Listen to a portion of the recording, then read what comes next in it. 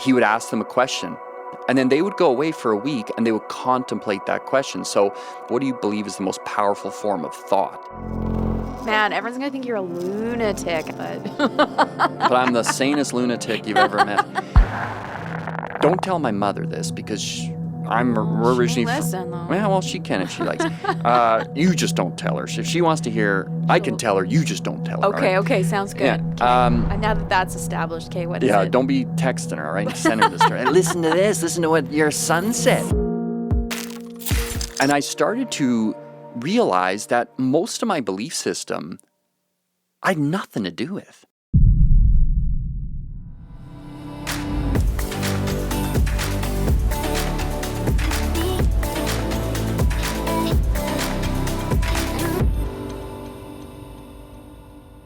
Hey, Dave, welcome.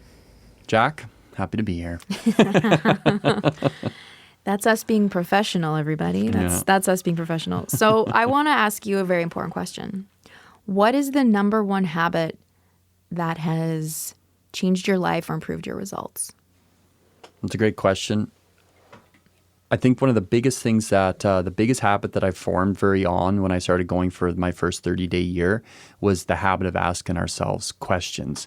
You know, I think one of our biggest problems that we have, and that I know that I had, was I used to be a very assumptive guy. So the second I would assume something to be true, I would no longer question it. Mm-hmm. And it got me in a lot of trouble. I used to work in the construction industry, and I would assume that someone would show up to work. Right. I would assume that a delivery would be made on time. And every time I assumed something of someone else, right. It generally didn't go that way a lot of times. So I just started asking myself, well, what am I responsible for, and how can I start to ask questions better to prevent myself from falling into such an assumptive state? And I know that a lot of times when they hear about having a 30-day year, turn their annual income into their monthly income, they can assume that they can't do that, or they assume that it's going to take... That was my first feeling. I felt that I thought it was funny. I thought it wasn't possible. Right. So, or they're going to, exactly, they're going to assume that it's going to take more work. And, right. A lot of people saying, well, I know how hard. Does it take more work? Does a 30-day year take more work? No, it doesn't. There's only 24 hours in a day. Right. But I know that a lot of people will be like, well, I know how hard I've had to work to get to this. To my 100K or my 150K a year. Mm-hmm. Exactly. I know what the heck I've had to sacrifice, and I'm, hanging on by a shoestring here to get this. And, so I'm not signing up for that. That's 10 times more work or 12 times more work. And the truth is that it's not. So 30 years are mental. And as you start to explore your mind differently, and as I began to explore my mind differently, that's when my life really started to shift. And it shifted fast. Mm-hmm. And I still do that habit today. I probably do it even better, actually. So listening to you talk about this makes me wonder, well, how does a person ask themselves questions? So how do you ask yourself questions? How do you personally do that? Because I interpret that a little differently, I think, than you, but we'll get into that. Well, so in the beginning, when I set that big goal, mm-hmm. I didn't know how bad my attitude really was. Interesting. Okay. And I didn't know how angry I'd become. I didn't know how far I'd fallen. He was in the depths, y'all. He was low. What's that lovely analogy you drop sometimes? I was lower than a snake's belly in a wagon rut wheel. Or I can't remember. Lower than a snake's belly in a wagon wheel rut. Oh, man, that was you. That was rough. me. And I didn't know that I'd become like that, That's I met a friend down in Los Angeles in May of 2017 named Chris Murray. Yeah. And shout out Chris Murray. Shout out Chris Murray. And I asked Chris Murray a few years later, hey, Chris, what was I like when you met me in 2017? And this was his answer. You were an angry guy. That's what he said. You were an angry... I'm going to say a swear. I won't say it. Yeah, you're an angry mother. Yeah. So I didn't realize how poor my attitude was. Yes. And what I started to do was the first habit I started to do to start to catch my thinking, because at this point I'd started to become relatively aware, or at least introduce the idea that my thinking is controlling my life. Right. And as Earl Nightingale said, you become what you think about. So I started to, more emotionalize that idea. Yeah. So this is the question I started to ask myself. And it was a flipping full-time job. It was a triple overtime job is what it was. Yes. I started to monitor my thoughts. Okay. Yep. And I started to monitor my thoughts that would not support a third year. Is my thinking supporting... Like aligned to where you want to go. That's right. So catching out my Right. current Okay. habit nature, Okay. right? How would you even know that that's in the affirmative? Do you know what I mean? Like, if you're feeling a certain way and you're checking in on yourself and you're like, that's not the way a man that makes $100K a month operates, although you've never experienced that, so how would you even know? So how do you manage that? Do you know what I mean by that question? Yeah. Well, what I started to do was I started to become pretty ruthless around become an observer of my own thinking. Okay. Because Or what about observing others that have achieved what you want? not at this time. Not yet? No, Okay. no. I was just interested in myself. So self-involved at this phase. Your self-involved era, as they say. Well, yeah. Well, I was just self-monitoring, and I don't think That's I don't think it was a bad thing. So, I started to ask myself, like, relentlessly, does this thought bring me anything I want? Okay. That's the And- question. yeah, Does this thought bring me anything I want? Yeah, does this thought bring me anything I want? And I started to realize that, Love that.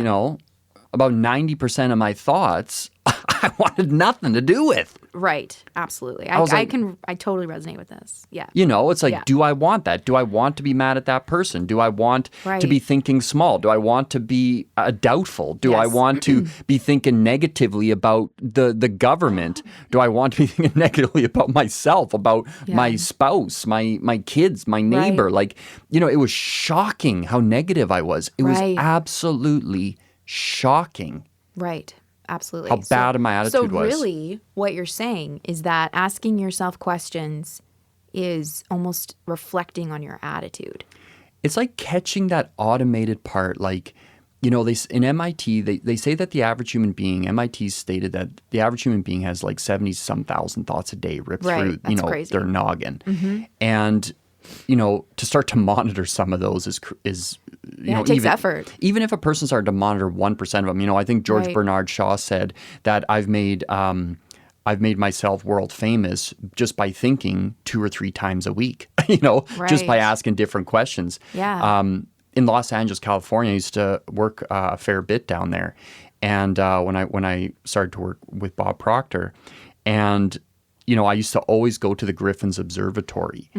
And honestly, I would go in there so much that I think, I should have freaking started to get a paycheck from them. I was like a tour guide. Yeah, for sure. And, Totally. we'd be at these seminars and people would be like, oh, I go up to Dave. And I'd have people come up to me like, hey, are you going to the Griffins tonight? Like, we want you to take us. And Just I was like, like oh, sure. booked shuttles. And There was like a one seminar. uniform. Yeah, exactly. There was one seminar where I was at the Griffins 3 times, just bringing people in and out. I should have rented a bus or something. should and, have, for yeah, sure. got a paycheck. But in the outside of the Griffins Observatory, there's this beautiful statue or sculpture. I guess it'd be a statue, and it's like Galileo and Aristotle and Newton and people that have changed the perception of our reality as Right. people. And I was very attracted to this statue, and I would have no problem, especially in the beginning. I would stare at it for like an hour. And also, I think if someone walked by me, they're like, what the hell is he on, Yeah, Well, fair. I was on life, brother. And what I started to ask, I said, how did these individuals become so great? Yeah. And how did these individuals have such an impact on our own awareness as people and as mankind? And the answer came very quickly. They were great questioners. Right. They asked really kick-ass questions, and they stopped assuming. So it's like, Yeah, cool. I right? like Like, that. yeah, right. It's like Yeah, Galileo. it's I think true. he stopped assuming. He stopped assuming that we're the center of the universe. Right. And I don't know. Did they kill him? Did they kill They him did. for that? I'm pretty sure he did. Yeah. Yeah. Yeah. It's like you can ask the question, but if you get the right answer that's different than what we've been telling you, we're gonna kill you. Right.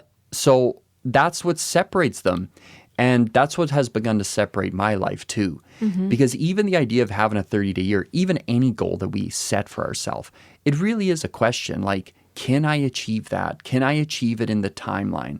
I've done I've done over 10,000 one-on-one coaching calls in my life now. And a really common thing that I hear people do is, let's say a person's going for like $1 million a year. Let's say that's what they're going for. And that's their goal. And let's say they earn $100,000 a year. And they're like, yeah, like next year, I think I want to earn $300,000. And then, and then they sequence the goal out. Well, that's not what I did. I was always going for that 30-day year in, year out. My first year, I set it, and 12 months passed. I had growth. I didn't hit the goal. So what did I do? I renewed the goal. And then another 12 months passed, another year passed.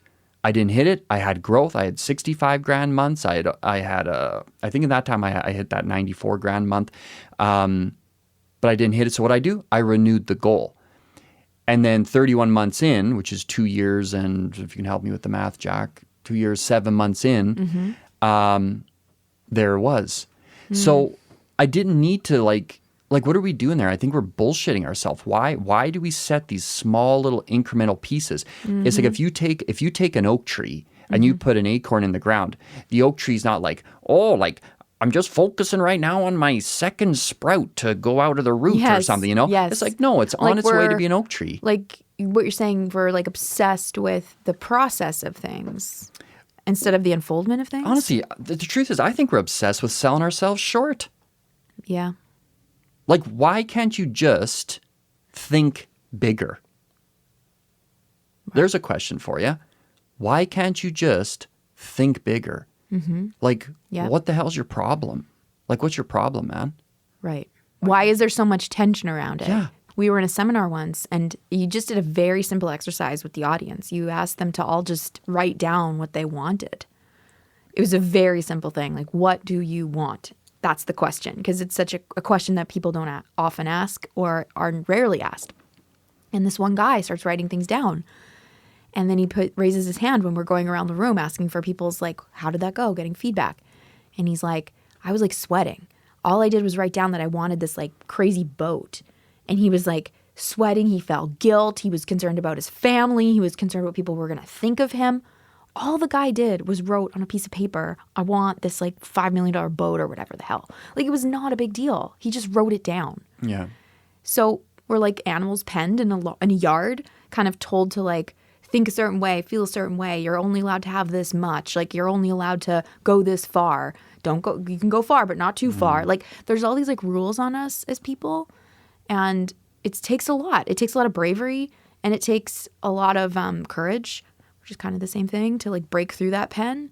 But really, from what I'm hearing from you and what I've kind of like uncovered for myself, is that it all begins with curiosity. That's right. Like, just becoming curious. Like, what's outside of the pen? It's like the Truman Show with Jim Carrey. Like, he only knows his world in that weird little bubble. And then all of a sudden, he's like, what's outside this bubble? Like, how come I can never drive down the road? Like, we're all sort of in this version of a Truman Show, aren't we? Yeah. Some of us are penned, and some of us are pinned to one place. That's right. Degrees. There's like degrees of this, like, kind of like accessibility to freedom. Yeah. Like, how do we break through to find our own freedom? So I find it interesting that you're reviewing your attitude. I think that's interesting. For me, especially in the early days of like personal development, it was really down to journaling for me, because I didn't know what was kind of happening inside. And what was that one when you hired a coach, and she was getting you to write down all the things that you loved about yourself? Yeah, or something? that was a different phase, different era. But yes, she could tell that my confidence was low, and I was fearful, I guess. And what I suppose picked up on quite intuitively was really that I wasn't like my own best friend. I wasn't really believing in myself. I needed to know who I was. And it came down to me just writing down what I love about myself, which is a beautiful exercise anyone should do. Yeah. Just to get to know. Which is a question, what I love about myself. What do I love about myself? And then it started revealing, right? Yeah. That's right. And it felt so good to realize, oh, there's a lot of things I really appreciate about myself. And it got to me to understand myself better. So, yes, I agree with you. Questioning is so important. And I mean, I think regardless if it's just this reflective state you're in or if it's a writing state that you're in, I think people have to express that idea differently. I don't know. Did you like stand in the mirror and ask yourself questions? Or are you just like I've got literally... a story about that. I know you do. But are you like driving in your car and you're reflecting? Because I think there's real value in that. And I totally hear you what you're saying when you're like monitoring my thoughts. Like for sure through this like 31-month period when you went from like setting a goal to make 100K a month, like there was a lot of tension between us along the road. Oh, of yeah, that. we used to scrap. There was a lot of like disconnection between understanding one another, disconnection between what was the priority, disconnection between you being gone all the time. Like there was lots of things that would have come up in that, and that will come up for anyone that goes through any sort of growth. But one thing that helped me evaluate my own attitude in that's why I'm so glad you brought that up, was just this idea of listening to what's going on in my head, like this internal dialogue. Yeah, I had a mentor early in my kind of spiritual journey. I started a spiritual journey, like exploration at 18 years old.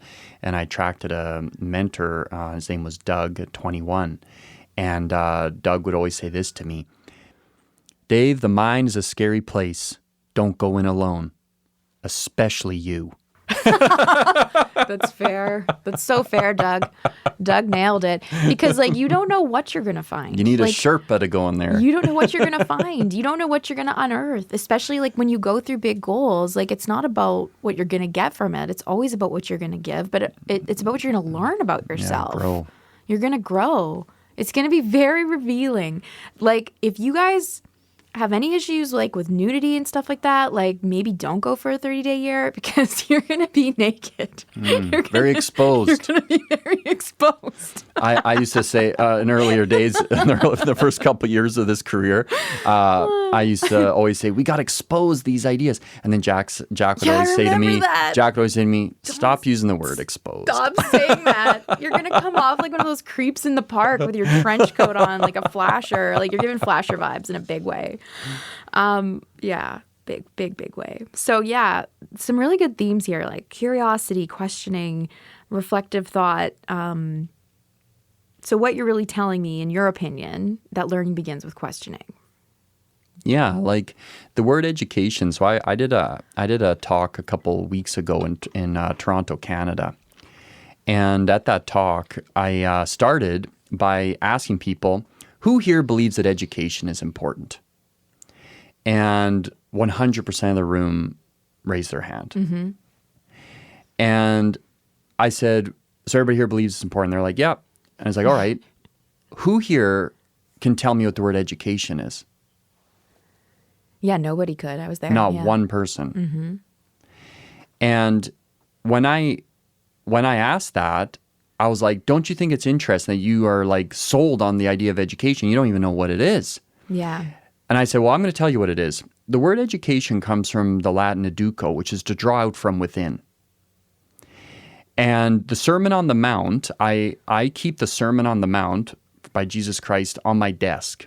Because on there he's asking, shall receive. For those that seek shall find. Mm-hmm. And what's he talking about? Like making a few bucks? I don't think so. Mm-hmm. I think he's encouraging us to start to understand that as we ask, we'll be supported in the answers, and we can access that because we are children of God. We're creating the image and likeness of the Creator of God. So there's a part of us that is all-knowing, mm-hmm. the higher part. Mm. And so we've gotten education wrong because what education has become now is sending kid to school and just pumping ideas at them, making them do homework. So the education model is read, memorize, repeat. Mm-hmm. Read, memorize, repeat. And if you can memorize, you're considered smart. You might be a total dumbass with a good memory. Mm-hmm. And our daughter, Abby, was really struggling in school. Like she was getting like 10% on tests. Like it was like on her spelling test. Yeah. Like, I remember she came home, she got a 12 out of 100. I was like, damn, Abby, and she felt terrible about herself. Little girl. She was, right. I think maybe 7 or 8 at that time. She was little, yeah. Yeah, and like, watching your own daughter feel shame and guilt because of a number on a test, like, you want to piss me off? Like, do that to me. And, well, it's ridiculous. Right. So I said to her, I said, Abby, all we had to do is work on your memory. I said, you're not stupid. You're not stupid. You just haven't learned to memorize. So I'm like, I'm going to teach you how to hack the system. And any parents listening, this is how you hack the current educational system. Get a book called The Memory Book and start to help your child memorize things systematically. And that child, I will guarantee you, that child will become a straight A student because that is how the educational system is set. So every night for 15 minutes, all I did with Abby was just help her memorize words and how to do that. And she went from a 10% student to a 95 and 100% student. So Madame Montessori said that we send children to school treating them like they're an empty cup. What we need to understand is that the cup's already full. We just need to learn how to draw that out, facilitate the drawing of that out. Yeah, it's a nice visual. That's right. And we can facilitate that for ourselves too. This is called Socratic education. So when Socrates, back in the day when he used to hang out with his pupils, they'd gather around the fountain and the fig tree there. Yeah. And then they'd all come over and he would ask them a question. He'd present the question and then they would go away for a week and they would contemplate that question. So if you were to ask me, like, well, Dave, what do you believe is the most powerful form of thought? It's contemplation, because contemplation is questioning, it's reflective, it's opening. It's an opening. Right. And so he would ask the question, send them all away. Yep. And then they'd come back the next week and they would answer it. And then the dialogue was them asking questions of him, which he had a vow to answer if he could. And then they would explore the idea. They would explore together. Yes. Okay. You know?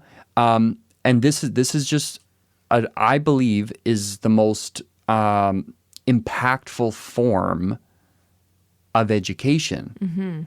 Because we're constantly listening to YouTube. We're constantly like consume more podcasts, consume YouTube, consume this, consume that. Well, if YouTube was doing what it's meant to do, why is the world in such rough shape? So we've been literally programmed to just stuff more information into our head. You don't need to stuff more information into your head. You need to discover what information has already been stuffed into your head. Right. And that's what I was doing, especially in the first year. Does this thought bring me anything I want? What the hell am I up to?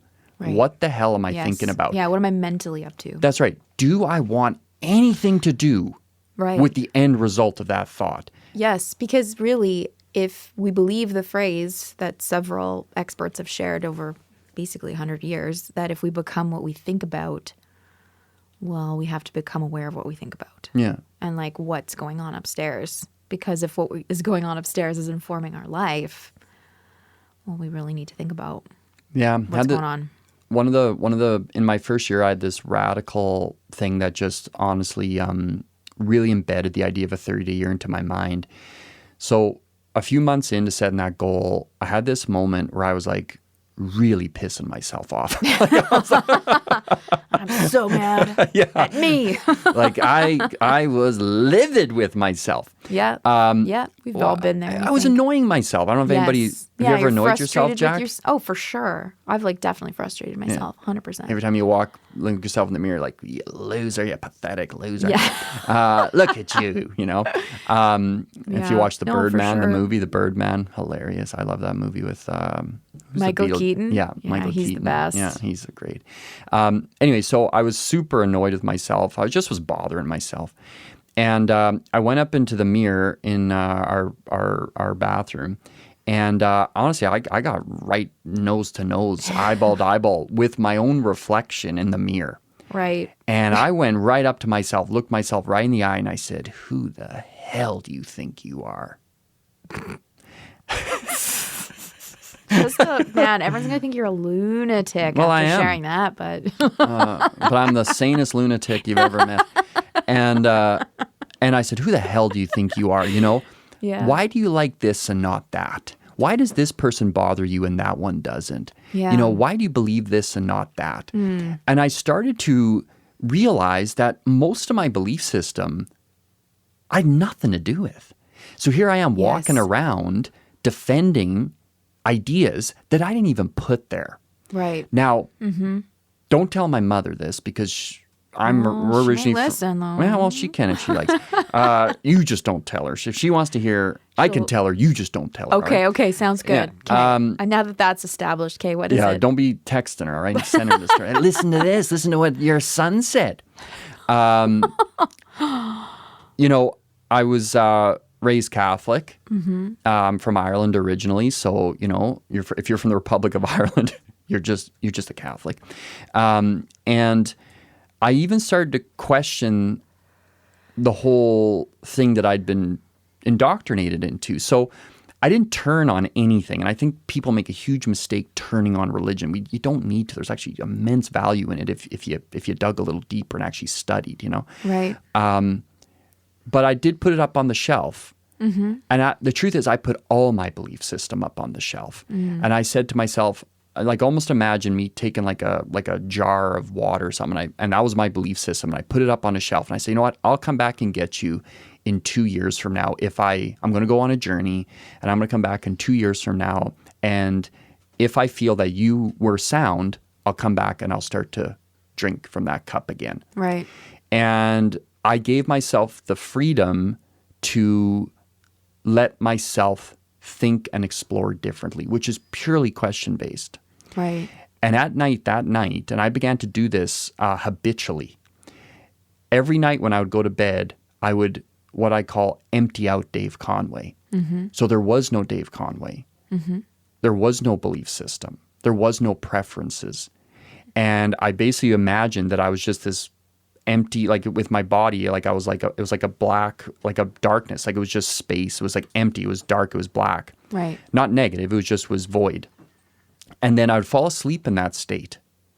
And then I'd wake up in the morning, and then I would decide who I wanted to be.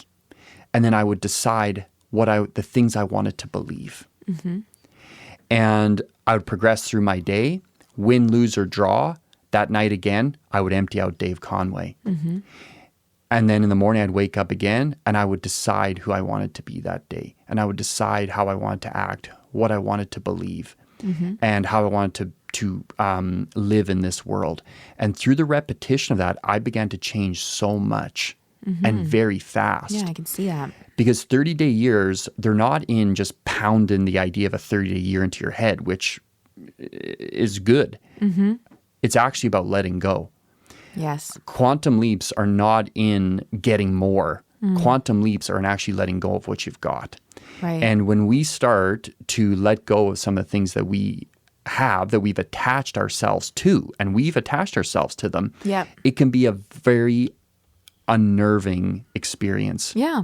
Well, because we're emotional people, emotional creatures. We connect very deeply with our identity, the things we do, with our passions, especially if we do any work in a certain area, right? I don't think it was hard for you to let go of the construction industry, though. Well, someone asked me, I was on a podcast a few years ago, maybe about 3. Yeah. And 2 or 3 years ago, and the interviewer asked me, they're like, Dave, like, since you started doing this in 2017, like, have you ever, like, not, believed, or have you ever, like, did you have trouble making those transitions? It's like, well, yeah, I had challenges, but I want to be clear about this.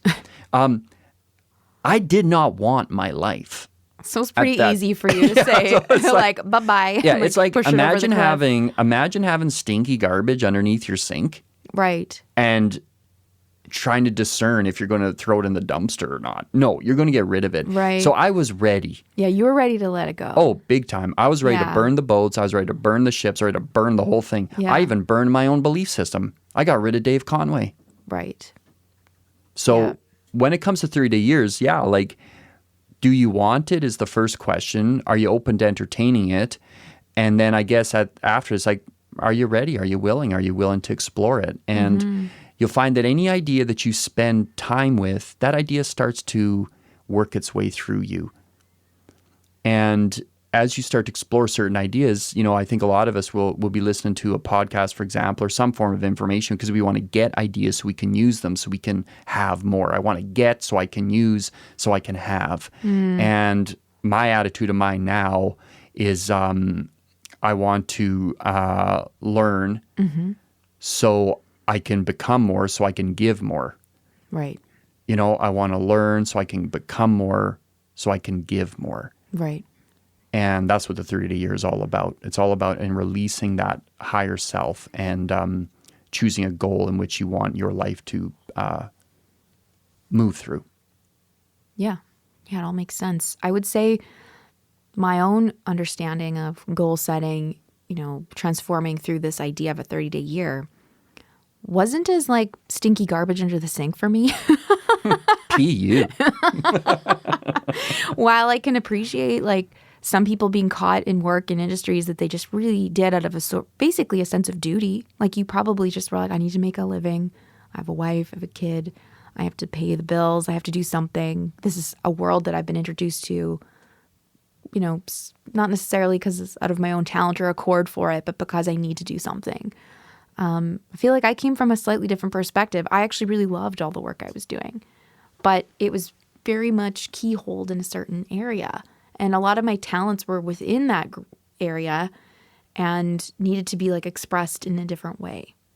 And so I think that there could be people in either camp right now listening, perhaps, that maybe like what they're doing, but need to reimagine what they're doing in terms of greater expression or impacting more people, or maybe it's applied to a different medium. But maybe you're like Dave, where you're like, I hate this and I'm over it and I'm ready for something new. But the wild thing is it still was terrifying. Absolutely. Even though I didn't want a lot of things that I was. The devil you know is a lot more friendly than the devil you don't know. That's right. Comfort zone's a dangerous place, it is. and we can get very comfortable with surrounding ourselves with things that we don't actually enjoy. Like Jack and I used to hate when she used to do this. I hated it. She the claws come out. Oh yeah. So when I was in construction, like I never enjoyed it. No. And quite honestly, like I became a pretty miserable bastard. And I used to come home. I never would have described you that way, but I bet you probably felt that way. Well, when you spend your life, like your day-to-day life, because your work is your life. Like it's significantly a part of your life. People want to separate that out. Like, if you're going to work 40, 50, 60 hours a week doing something, like that's a large part of your life. Like it is influencing you, Of course. Like you go on a roller coaster, like that's going to influence you for that moment in time. Right. And I used to come home and I could kind of be a little miserable or angry. And Jack used to always say, you know what I'd say? You were frustrated. Yeah, frustrated. Mm-hmm. And Jack used to say, there's more than one way to skin a cat. And she used to poke.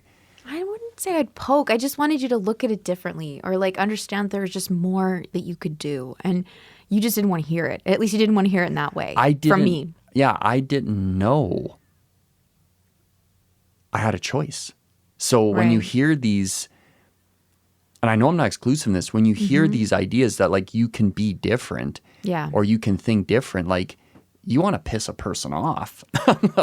Say that kind of stuff to them, right? Yeah, and sometimes I can't be the person to influence that for you, and you can't be the person to influence me in that way. So that's why you need the counsel, support, mentorship of others. Yeah, and I fell into the paradigm of like, I'm a man and man's got to make the bread and stuff like this, Right. So I was sacrificing my whole life for this one single idea. Yeah. And then when your wife is saying to you, like, you might not have to do that. It's like, well, you get angry because it's like, well, I'm doing it for you. I'm doing it for us. I'm doing it for the children, So then it almost felt like it was like an undermining of my commitment. It just was very interesting. But to be questioned by someone else, like if you start questioning other people, like they can get kind of angry at you. Definitely. For sure. People are very in love with their beliefs, whether they know it or not. Yeah, I read in Think and Grow Rich, he said, Napoleon Hill said at the end of the book, he's like, the reason that people love their alibis so much is because they create them. And we have a tendency to love our own creations. Yeah, we do. That's why someone said to me years ago, I never fall in love with my ideas. I have always made the attempt to operate that way as well. Because as soon as I can let go of, like, let's say the ownership over an idea, then I tap back into humility versus ego. And then I'm able to actually let in better ideas or improvement to the original idea. And it makes me more powerful in a way, which is interesting because we try to hold on to become powerful and yet it actually hinders our power. when we hold on too tight or think we have all the answers. So really what you're saying is that we need to question. And I think this big question is what keeps popping up to me out of this conversation is, does this thought bring me anything I want? That seems to be the starting point of this whole thing. I think so. And then if you're going to go for a 30-day year, would I like that? Would I like that? Yeah, would I and like monitor that? your attitude. Like, Oh, what's yeah. your attitude towards things? Yeah. And you'll maybe discover it's not so hot. Yeah, has anybody ever noticed? It's not so sexy. Has this ever happened? Yeah, exactly. Has anyone ever noticed that? Like, let's say you got like a friend or a partner or something like that, or a spouse, and they're maybe they have a bad attitude in that moment, or someone at work or something, and you kind of address their bad attitude. Have you noticed that when you address their bad attitude, then you become the source of their bad attitude? Oh, yeah. And then they turn on you. Of course. Of course they would. Yeah, it's a very interesting thing to That's navigate. what I was like. Yeah. Well, this was fun. Honestly, probably could talk about it for hours on end. And it is how education's meant to be. It's questions. Educo, draw from within, and ask you shall receive. There's so many truths, and deep truths, not surface truths, deep truths that can lead to true freedom. And I think that's what we're all after. I think so too. It's really about knowing thyself. Get to know yourself a lot better. And it does start with questioning. You got it. Thanks for listening to the 30-Day Year. If you want more, hit subscribe. And to connect with us, visit conwaymentorship.com. Before our next episode, ask yourself this question and start to evaluate your thoughts. Does this thought bring me anything I want? Produced at Sound Lounge by T-Bone.